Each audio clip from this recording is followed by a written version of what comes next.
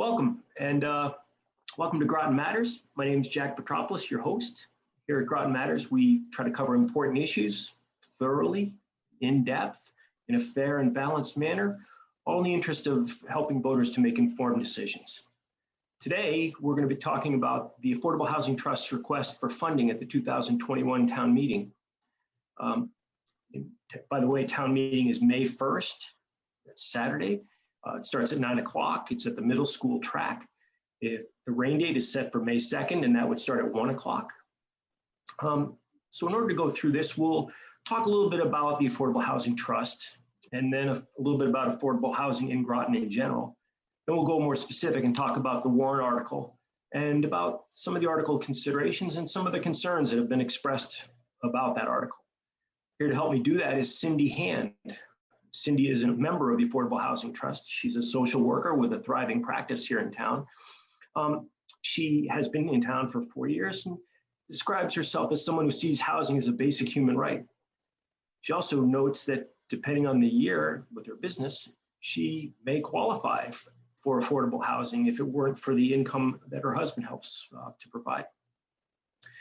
So I tried to get members of the select board to join us. There are 3 members of the select board that have either opposed the article at town meeting or been unable to support it, but they all declined to participate one way or another. Mr. Deegan did indicate his willingness to participate, but couldn't make the schedule work. So you'll hear a lot of reference to something called the Housing Production Plan during this show, and that's an important document. You can see that document on the Affordable Housing Trust's portion of the town website, and I've also included access to that document on www.grotonmatters.com. It's on the other sources page, and you can go there and see the document if you need to. One other thing that's important is that immediately following this, we're going to show an index of the various portions of the show where different parts of our discussion are referenced, and we'll show a timestamp for those portions. So if you'd like to move ahead or move back to find different portions of the show, you can do so. So here's that index. So I think we're going to talk about affordable housing, and I think everybody has a sense of what affordable housing is. It's sort of intuitive, but if you ask 10 different people, you'd probably get at least some subtle differences in their answers. And we had originally thought about doing an entire show about affordable housing, but with the article coming up at town meeting and some opposition to the article, we thought it more important to focus on the article itself. But still, we have to learn a little bit about affordable housing in order to have an intelligent discussion about the article. So we're going to start off with some general discussion about affordable housing. And this is where we bring Cindi in. Well, first of all, I'd like to welcome you, Cindi. Thanks for being here. Jack, thank you for welcoming me to your show. This is a really important topic, and as you said, we'll be voting on it at town meeting. So we really want to get the information out there to our voters so they can make a really educated decision about this. Thanks. I'm really looking forward to you providing your perspective and your insight about this important topic and this really important article. So let me start by asking, why is affordable housing even important? Why do we spend so much time and money on it? Well, affordable housing, I mean, at its most basic level, as you said in the introduction, safe, stable, and secure housing is it's a basic human right. Affordable housing improves the quality of life for individuals and families who live in Groton or who want to live in Groton. It attracts teachers, police officers, all of our service providers, nurses, town employees, mental health providers. In general, some of the providers who maybe their income is less just because of the nature of the way their job is paid or compensated.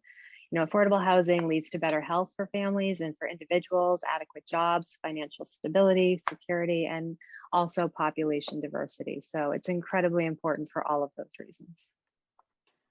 Well, I mean, we sort of take it on faith that it's important. And it's good to hear this background on it. But while we take it on faith that it's important, I think it's fair to ask, are some people afraid of it? Is there a bias towards affordable housing? I think there's misunderstandings about affordable housing. People don't fully understand what affordable housing is. how it may benefit a community. I think the reality is we worry about, I've seen a lot of the comments and we worry about, things like property values and aspects like that. But the reality is, what we see is people, the affordable housing units, as we will see, are attractive. They attract a wide range of diverse residents. Affordable housing can also be a much needed boon to the economy, because if people are spending less money on housing costs, that's more income to put towards other resources, community businesses, things like that. So, I think affordable housing is complicated. It's incredibly difficult to kind of define. There's so many aspects to it. So I do believe there's generally just a misunderstanding and some misperceptions about what affordable housing is. And I do have some slides that I can show that do give some examples of what affordable housing in area communities look like. You'll see one that's, Benfield Farms in Carlisle. So this particular property is interesting because when they did the RFP, they asked for money. They specifically wanted resources around just conservation, outdoor areas, outdoor spaces. So there's public access conservation land and a 26 unit senior affordable housing development combined together. Another picture there is the Coolidge at Sudbury, and that's a 64 unit rental community for seniors and older adults. And you can see it's incredibly attractive.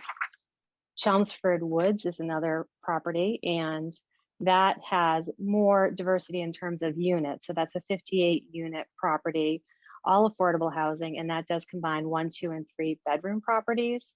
Also has accessible units in their 1 and 2 bedroom properties. So some of those properties are just absolutely, they're all stunning, they're all beautiful, and we can imagine any one of them fitting into the landscape here in Groton. So I do think hopefully when people have a sense of what is available out there, they'd be more amenable, because I do think we have a misperception about what it could look like, what it generally is. Yeah, I get that, but when you show those examples, it's almost like who could object to these sorts of buildings here in our town? But it does seem like everybody supports it, but we have a hard time advancing it. What do you think is getting in the way of advancing affordable housing here? And I think many communities have the same issue. I think some of it has to do with what we just mentioned, bias, and just the misunderstanding or misperceptions. Affordable housing to some extent is a beast in terms of implementation, and advancing it has been, I would say, so difficult due to misunderstanding of what affordable housing is, what it's not, how it would impact our community. And I think there's another misperception or misunderstanding about whether or not we actually need it here in Groton. And that, when we look at a housing production plan, there's a lot of data there to support that our families actually, a third of our families may benefit from affordable housing. So this is a definite need in our community. So I think those 3 factors combined really get in the way. We also, again, it's complicated. There's so many different facets. We, are trying to pull together volunteer boards to do all of this work together. And it's complicated, and it requires, many different hands, but a lot of community support in order to move forward. Yeah, we'll talk about some of those many boards and the many hands that are involved in this in a little bit. And I agree, it probably does offer some challenges to do all the coordination. But affordable housing is not just one monolithic thing. It, I think, applies to a variety of people. So can you give us a sense, sort of at a high level, who qualifies for affordable housing, really at a very high level? Yes, basically anybody who makes, so these figures are based on Lowell's, Massachusetts, the HUD Metro FMR, the fair market rate. So median family income, $108,000. A 4-person household, I had to reference these numbers, so I do have them written down. They earn less than $78,500 a year. So that means that to qualify for affordable housing at the 80% MFI level, a 4-person household would have to earn less than $78,500 a year. And 30% of our households qualify for that and would benefit from affordable housing. So there's different income levels for the different level of support people may be able to access. So extremely low would be 30% of the MFI, very low 30 to 50%. low 50 to 80% of the MFI, and then moderate 80 to 120%. So, and this is where I say, you know, without my husband's income, certainly I'm a social worker. I have a master's degree, 10 years of post-qualifying experience, a business. I'm involved in several town boards, community activities, but without his income, I would absolutely, with my family, qualify for that, you know, for affordable housing. And to be fair, any one of us, especially in this pandemic year, oh my goodness, if we could have ever have expected this, you know, anybody could use it at any time. We all like to plan and we have things in place, but the bottom line is we don't ever know if we will need affordable housing. We need to have it there. Yeah, I think it's actually really sobering to say that if you walk down the street, 30% of the people on our street here in Groton, if you see 100 Grotonians walking down the street, 30% of them would qualify for affordable housing. And that can offer a perspective when you think about who affordable housing is for and what some people's fears about what affordable housing will bring. I think that's a very valuable perspective. Can you give us some other examples for who qualifies? You know, you talked about dollar amounts, but Sure. Here in our town, we've got people, you know, I think you could point to some professions in our town that whose income, if they were single earners, would qualify for affordable housing. Absolutely. I mean, we look at a lot of our service providers that we rely on for our safety, our security, our health, our police, fire department, teachers coming into the community, all of those town workers, any of these individuals would qualify for affordable housing, or may, based on, you know, where they are in their career. So, and these are people and, you know, that are highly valued. We want them to live in our community and have, you know, a good quality of life here because we want them to stay. We want to retain that talent. We have young families who want to move into our community where, you know, we're doing a lot with our school system. We want young families to benefit from that. But right now, they would have a really hard time at moving into our community. I think I want to say Becky mentioned yesterday, but the median house sale price was like $590,000 maybe. That's, you know, as a young family starting out, that's really hard. You consider individuals with college loans, perhaps, things like that. The elderly, people who want to have helped build this community, who've given so much to it, who want to stay and who are downsizing now, you know, they're priced out of homes here as well. And, you know, how unfortunate they've got ties to this community, and that's where, you know, stability and security is, and they deserve to be able to stay here. Individuals with disabilities, certainly, they would benefit from affordable housing. It's hard because I think so many people would ultimately. I think that in many ways adds some dimension to this sort of stereotypical idea of what affordable housing is and who qualifies for affordable housing. So thank you. So I wanted to touch on a couple of other statistics that I took from the housing production plan that I just thought were revealing and also worth talking about. The first is that the state has expressed a goal that 10% of all housing in any municipality should be affordable.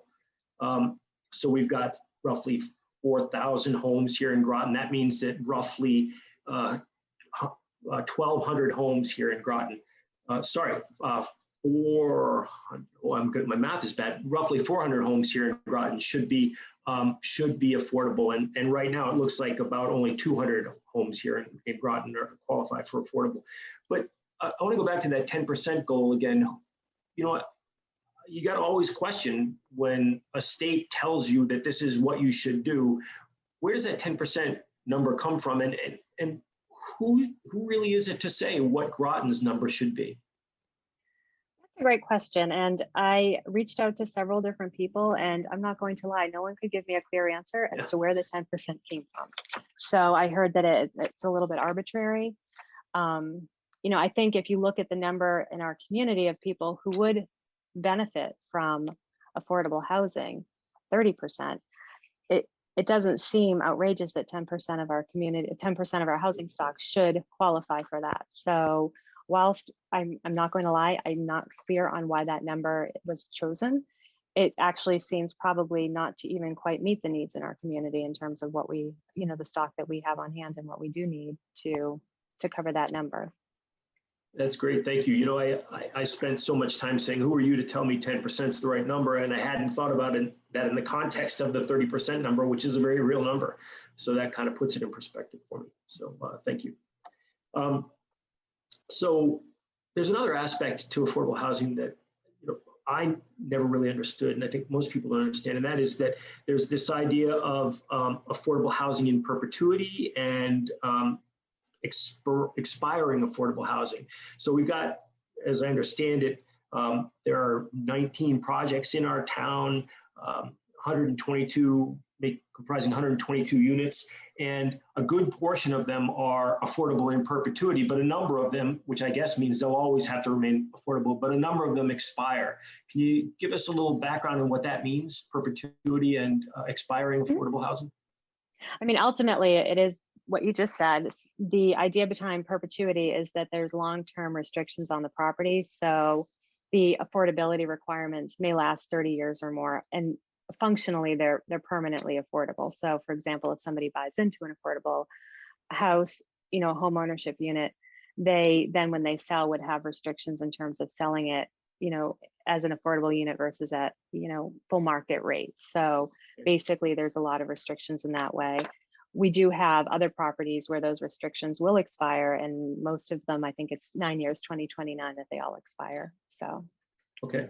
So if 10% is a real goal that we want to hold, and we have a certain amount of affordable housing today, 5%, let's say, that's comprised of some that will expire and will no longer go to that goal. So we are at risk of going from 5% down to, let's just say, 4%, even if we don't build new homes.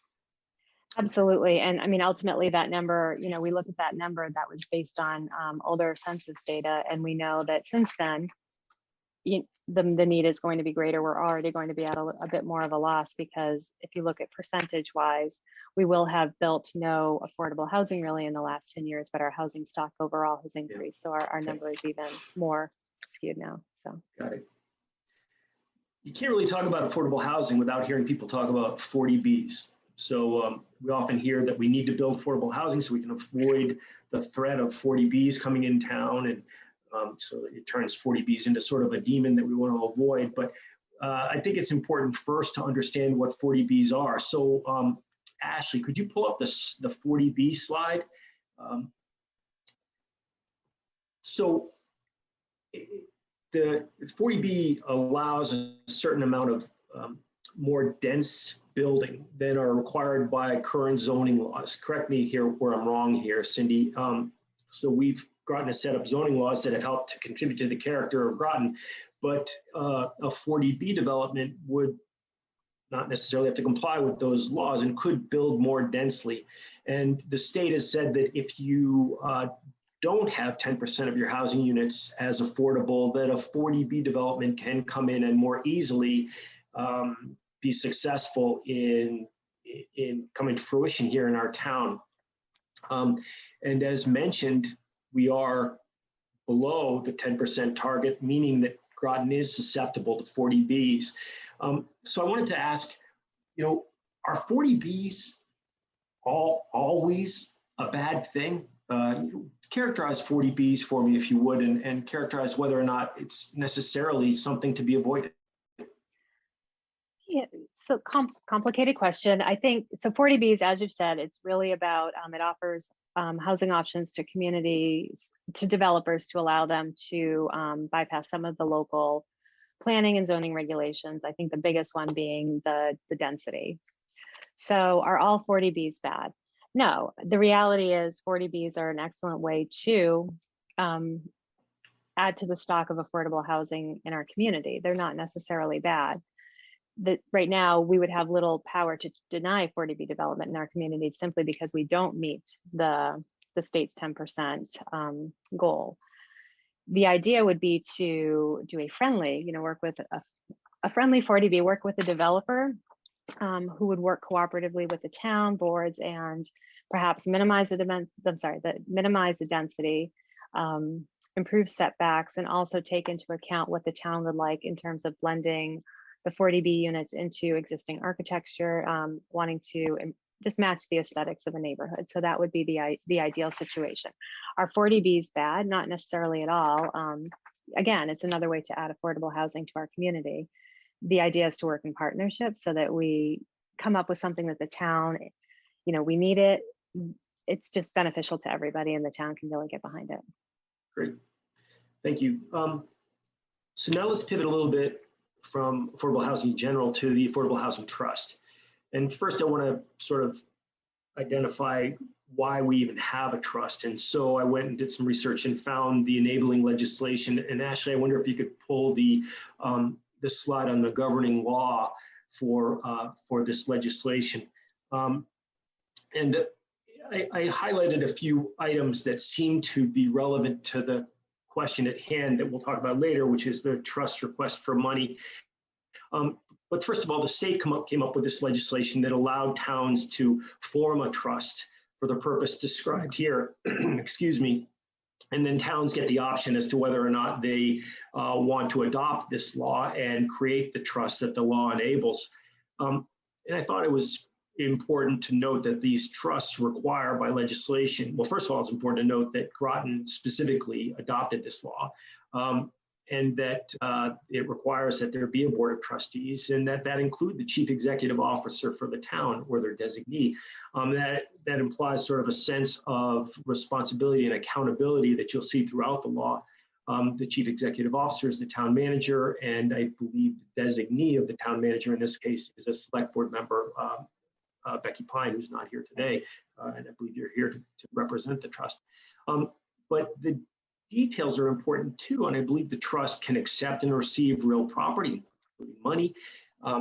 That money is exclusively for the use of community housing. It has a high level of accountability and reporting to the Department of Revenue to assure that accountability.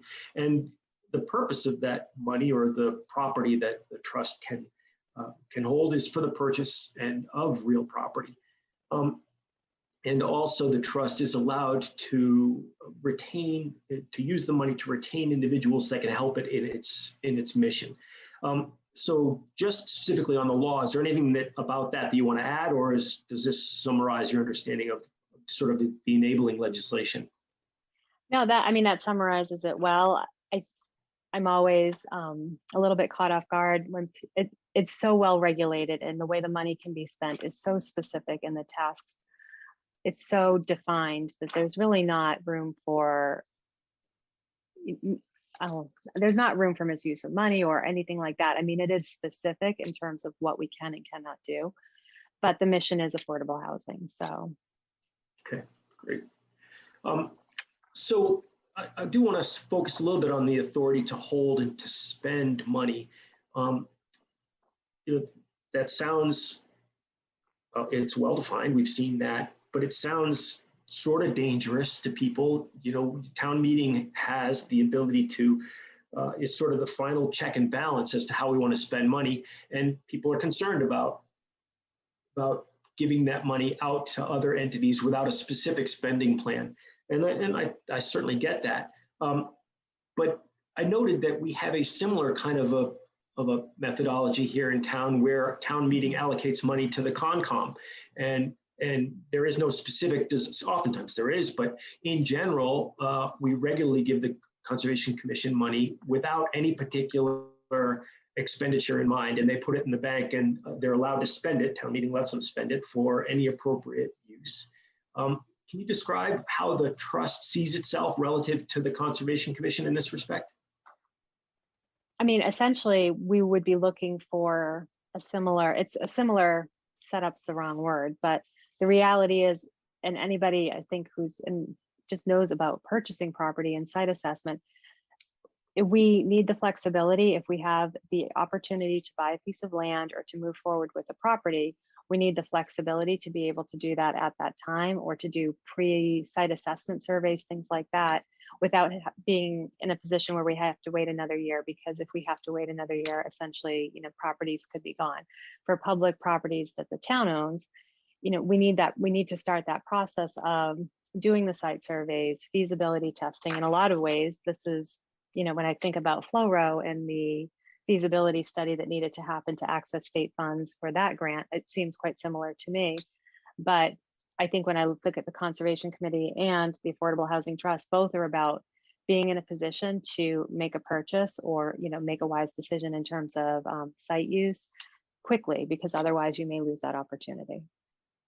So the authority to hold that is set by legislation, but the practice is sort of, I think, is best understood when we come up with a couple of examples. You've given the example of the Conservation Commission, but if you have a need to evaluate a property for its appropriateness, I'm guessing that it doesn't work well to expedite in your mission to have to wait potentially 11 months for town meeting to approve money out of the Community Preservation Act in order to do a survey that you need to pay for, or any number of other tasks that are necessary in order to accomplish your mission. No, absolutely not. I mean, the way the statute was written and what it was designed for was, it was in recognition, especially for some of our small towns, that they needed the flexibility to be able to act quickly. If you go to that Massachusetts Housing Partnership, that document, it specifically states that it's a really important function of the trust to have that flexibility. And that's why we certainly need those powers and that ability to act, very quickly, prudently, but very quickly when an opportunity presents itself. I know in doing the research for this, I note that we've done this before. There was a West Groton development that, it was a 40B development, by the way, that returned some money to the town. It went to the ZBA. The ZBA gave it to the select board, and the select board gave it to the housing trust to spend. So it's not unusual and not unheard of here in our town for the select board, in fact, to provide money to the trust for unspecified future expenditures. Exactly. And I know it's not necessarily our community, but other communities in the area are functioning in much the same way. Carlisle, I was looking at some examples where that was the way they were set up. Westford as well, in recognition that they didn't know how much they'd need, but they knew they'd need some. So in their budget cycle or their town meeting cycle, that's how it's set up. So we're certainly not unique in that circumstance. That's what a lot of our area communities are also doing. So you've mentioned, and part of the opposition to your article talks about some of the other entities in town that are set up to deal with housing. We have the Affordable Housing Trust, we have the Housing Authority and the Housing Partnership. What's your relationship with those entities? What kind of coordination has there been so far? Well, we look forward to coordinating more closely. I think that there hasn't been a great deal of affordable housing created over the last 10 years. So I think it would be hard to look at that and say, this is how that collaboration has happened. We certainly, again, given how huge the process of affordable housing is, we want to involve as many stakeholders as possible. The Housing Authority is incredibly busy. They're a small team. They've got a lot on their plate with management of even the town's properties. So, we certainly want everybody's support, but we also have to recognize limitations in terms of people's time and what they're trying to accomplish. So collaborative working would certainly be important. We need to have all of these partners on board. The great part about the trust having that money as well is if, for example, the Housing Authority had something that was in line, obviously, with community housing initiatives, and they needed to access money, we would also have the flexibility to support them in a project they were doing. So, I mean, it really is, we all complement each other. We have different roles, but we're all there to work together to create a new affordable housing. I again, doing the background on this, I noted that we've got these three entities. The Housing Trust each have 5 members in their group, but they all have vacancies. The Housing Partnership is a 5-member group and has 3 vacancies, and apparently has for quite a while. So we probably need to move on, but I just want to note that this is an example of an important issue that doesn't always get the love and resources that we might expect that it should get. It's impossible to talk about affordable housing without talking about Boynton Meadows. Boynton Meadows was the last major initiative affordable housing initiative that that I know of in town and that the Housing Trust took on. And it, to put it nicely, went sideways. I'll just a little background. 2011 town meeting voted by a narrow 2/3 majority to approve $412,000 on the promise of a return of capital plus a significant profit, as well as the addition of 3 affordable housing units in the town of Groton. We got our 3 units, but not only did we not get any profit, but we didn't get our $400,000 back. And this has been quite an issue in our town, and I think it's been sort of a bit of a burden for the trust to bear. How has the trust's work been impacted by the Groton Meadows initiative? Well, I would have to preface this by saying I was not on the trust or in Groton at the time that this project went through. So, and also given the circumstances, there's not a lot I can share publicly. I will say that the project was presented, from what I understand, in such a hopeful way. And while we're disappointed with some of the outcome, we really are trying, we did get 3 affordable units added to our inventory. We, the trust and the town together are really looking to learn from the experience, be very cautious moving forward, and, certainly not making any promises we can't keep. Honesty, transparency, every step of the way as we move forward, because we do need to move forward. We have a housing production plan. We have goals that we need to meet for the state. So at this point, we really do need to focus on moving forward. I certainly can understand the frustrations that came out of that project. And again, we learn from that, we move forward. Okay. I will point out that I don't think any of the members of the trust that are here today were present for the commitment or even for much of the follow through on the Groton Meadows project. That's not to say that the trust itself doesn't retain some responsibility, sure. but there is a new membership. I'll also say hats off to you, because you were handed quite a legacy, and you've nonetheless decided to represent the trust, and that's just a challenge. So hats off to you. It is. We need to. I was just going to say this issue is so important that housing doesn't always get love. We know that. But the reality is we need to move forward. This issue is important. There are families in our community that need it. We need to bring new families into our community. We need everybody's support. And I can certainly appreciate the frustration of the past, but we need to move forward. Okay. Sounds like we are. Yes, we are. So let's pivot to the article at hand. The town meeting has a CPA request to the Community Preservation Act for Community Preservation Act funds. I don't know the number of the article, but there's a number of CPA articles in the warrant, and yours is one. Can you give us a sense for what's in your article? Yeah, basically, and I can tell you it's CPC Proposal D under Article 14. So the idea is we are seeking $75,000 of CPA community housing money to be made available for affordable housing activities.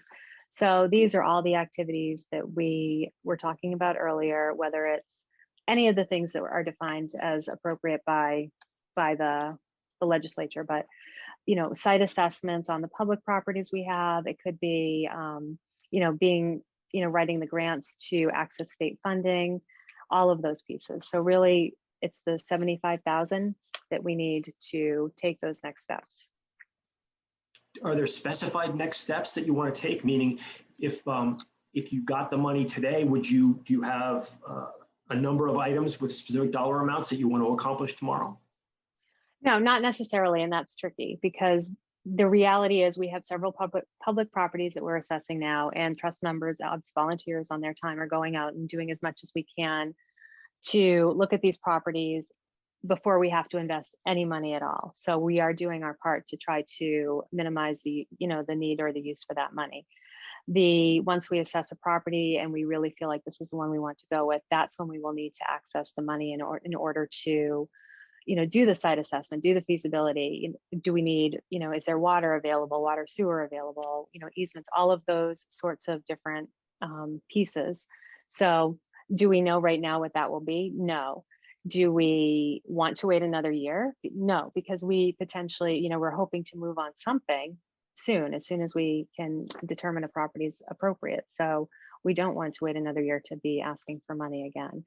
And, again, I look at some of our communities, Westford in 2005, $100,000 is what they requested initially. They requested another, I think, 300,000 that was contingent on accessing state funding.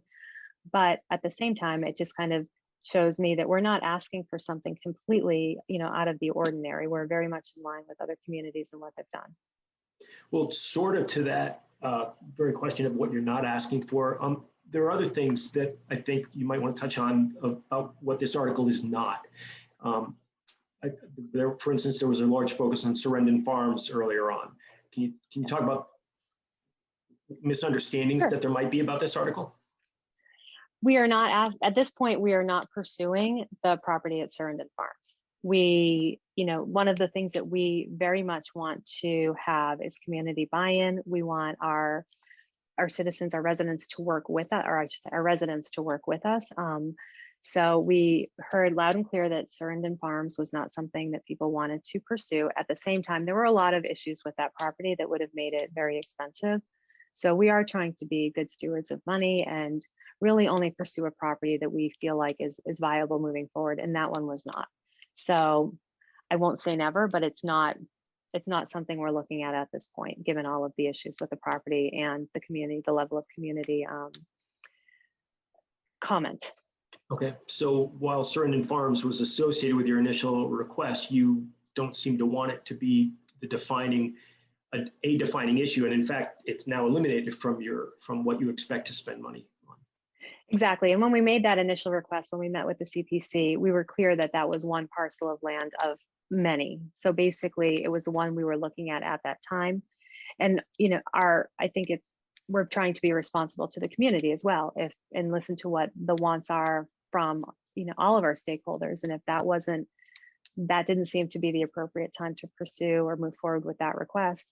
So we've removed it. And I think that demonstrates the level of wanting to work with community stakeholders and wanting community buy-in as well. And I think this sort of demonstrates the unfortunate reality that sometimes an aspect of an issue becomes the defining element of the issue, yeah. And it doesn't need to. And sort of the purpose of things like this show are to try to get at all the details rather than just the highly visible initial ones. Sure. So I think we need to also talk about some of the concerns that have been expressed on this. The Sarandon Farms piece was an example of those, but it's important to represent the opponent's concerns. And I don't want to come across as too negative here, but in the absence of the individuals that are not necessarily in support of these, and some of those who have been pretty publicly not in support of these, I need to take that position. So please, and the viewers understand that I want to get these very legitimate concerns across. And so we'll talk a little bit about the things that we've heard expressed. First of all, we've heard expressed that this is just too much money to ask for, too much money to spend. Can you talk a little bit about the history of the dollar amount and why you are where you are in terms of the money you want, and why it is, if you feel otherwise, why it's not too much money? So initially we did ask for $150,000. When you think about what we are looking to accomplish, that's not unreasonable, because while we are starting with public properties that we already own and talking about feasibility, site assessment, site surveys, we're also talking about the ability to, if a private property becomes available, be able to pursue purchase of that. So property is expensive. We need to have that flexibility. So I don't think $150,000 was the least bit unreasonable to start with. We did, after a recent meeting, decrease it to $75,000 because the people expressed that they felt more comfortable with that number. And we certainly, again, we are trying to work with our partners and compromise and still have the ability to move forward. And if we can meet in the middle at 75,000, that certainly still gives us some funds to start the process of site surveys and doing the initial work on the properties that we will need to do in order to access grant funding. And we do want to access that grant funding now. We don't want to lose the opportunity. There's a lot of federal, state initiatives that are coming out now. Acton just got, I think, don't quote me, but maybe $8 million, some enormous amount of money. So the money is out there between, like I say, federal and state government. There's a lot of initiatives that are being promoted at this point. We need to be able to act on those. And the risk is, there's a risk in, I suppose, the 75,000, being, I don't want to say awarded to us, but being allocated to us. But there's a risk in losing a much greater number if we don't act now. I just observed that CPA money is money that contains a pretty healthy match, roughly 20-something% of any CPA dollar that we have in town comes from non-Groton taxpayers' money, and it's interesting that money could leverage further third-party money, and so it sometimes seems like a wise investment. One common criticism that I've heard is that there is no plan here, and that you need a more cohesive plan. I've heard one reference to something as unspecific as you need Gorilla Glue for this initiative. I did hear that. Can you talk about why you have the right plan? The only plan that I've seen is the housing production plan, which was not prepared by you, but was prepared for you. And we should note that housing production plan was accepted by the select board and accepted by the state. So, to the extent that that's your plan, it certainly has been endorsed. But if people wanted to go and understand exactly what you are going to do, where do they go to see that? I haven't seen something that you have said exactly what you would do. Is there a place where that's laid out? The housing production plan is the plan at this point. It details what we are tasked with. It indicates what our goals are. It makes specific recommendations based on data. And I think when you look at a plan, those are all the components of a plan. Do we have a plan about a specific property? Well, no, because we're kind of in a position where we need to look at a property. We need to access funds in order to look at a specific property and make a plan for a property. But the housing production plan is certainly a plan. It's got all of the components that we need to start this process. Yes, as we move on, we will be fine-tuning a plan because we don't know what that will look like until we identify the property, and do all the assessments and the site surveys, which we need the funding for. But certainly that's a plan. Yeah, well, it sounds like it's pretty clear to you. I think it should be clear to us. I did go through and read the production plan pretty thoroughly. And I did notice that there was something called an implementation strategy. Ashley, I wonder if we could bring up that slide. It is kind of relevant here, I think, in that you'll see that there are 11 points to this implementation strategy. The first is to evaluate zoning laws, which I know has been thoroughly addressed at this point, but the number 2 point on the strategy is to evaluate the feasibility of 6 identified town-owned parcels, which sounds strikingly similar to your request for funding, where you want to be able to use this money to understand which parcels are the best parcels to use. So sort of, I guess, to support your contention here that you have a plan is the implementation strategy, where the number 2 item on the implementation strategy is to do very much what you're looking for. So I guess I have to acknowledge that there is something of a plan, although I will say that I've had to search pretty hard to try to figure out what that plan is. Nonetheless, this is where we are. That's good feedback, and we can certainly make that more accessible, because that is something we're all taking properties right now from that list and going through and doing the initial work we can do without using money. So, but we can make that information more available.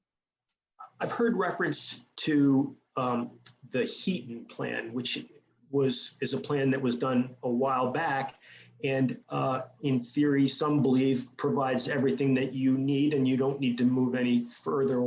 And it referenced certain properties that that have already been explored.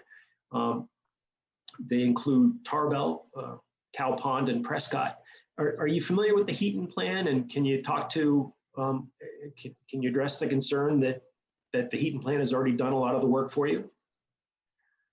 Yeah, so I did go look at it, and I had a conversation just with Fran Stanley just to get a sense of what the Heaton plan was designed to do. So the Tarbell property is sold, so that is not even an option at this point. Prescott's currently leased, so I think the reality is that's an older plan. So we then spent money and created a new, updated, more comprehensive plan. So I think you could certainly, we can go back and take key points from the Heaton study. It doesn't seem to be as useful as going with a more current plan that really talks about our most current properties and our most current needs versus going back to an older plan. Well, and again, in researching this, I did some work to look at the Heaton plan. And Ashley, I wonder if you could bring that up, the Heaton plan and the planning process.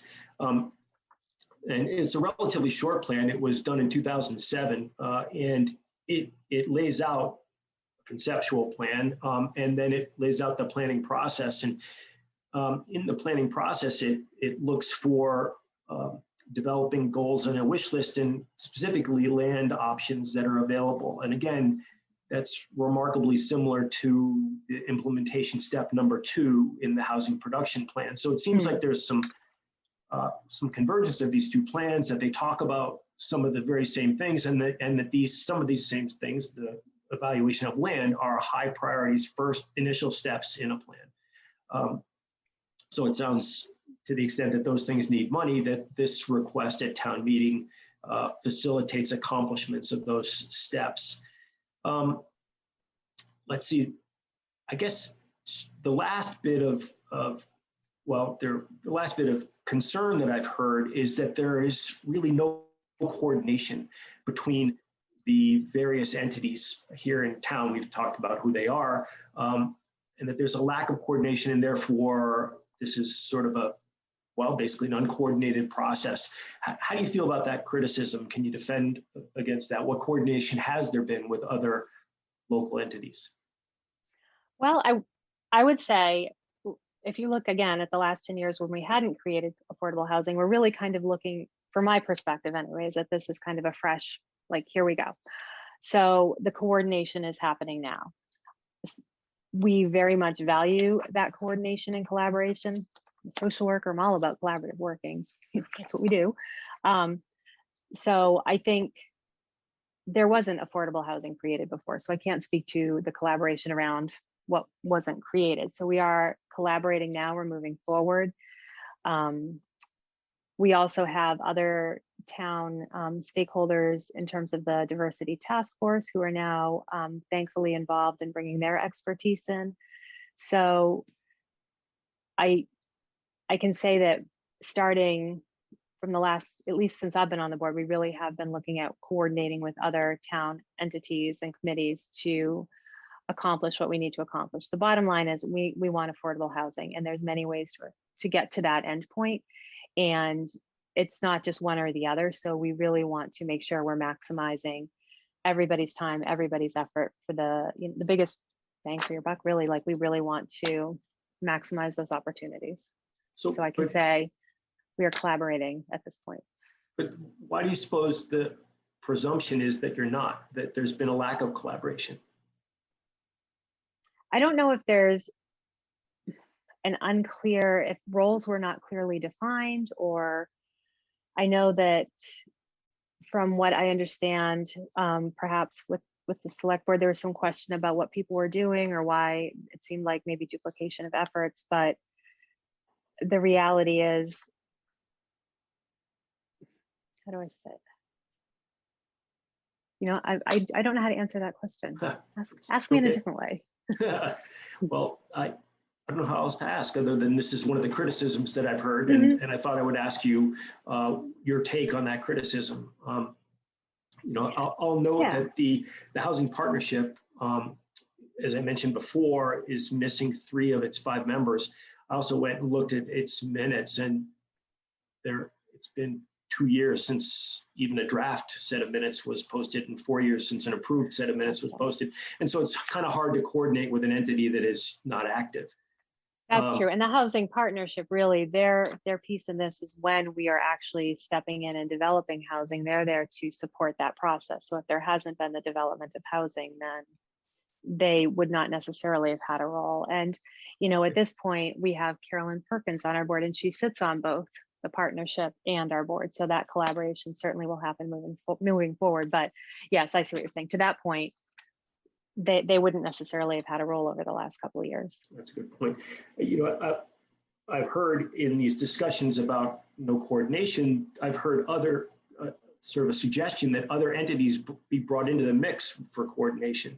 You mentioned one, the diversity task force, and then the other was a suggestion that the select board take this issue itself and be the lead coordinating agency. How do you feel about would that be valuable? Would there be value in having the select board lead this initiative? Let's take that one first, and then we can talk about the diversity task force. Well, even as a resident of this community, I'd have to wonder why the select board wasn't familiar with the roles that these two entities were playing and wasn't more, this sounds harsher than I mean, but as the leadership in our community, I would think they would have oversight, if not authority, but just an understanding of what all the boards are doing and how they're working together. So are they better placed? It doesn't feel like they had any more of an understanding than other people in terms of how different committees were meant to work together. So that comment may get me in trouble, but it just, as a citizen, it just, it seems like that if there was a lack of coordination and a lack of understanding, it was across the board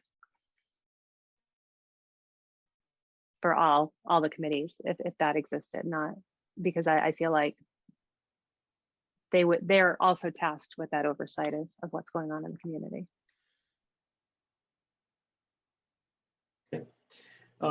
There's also a reference to the Diversity Task Force, a newly formed initiative, and their role here, specifically to something called a housing summit, which I believe was the genesis, which came out of the Diversity Task Force. And some have suggested waiting for that diversity summit before making any commitments to dollars.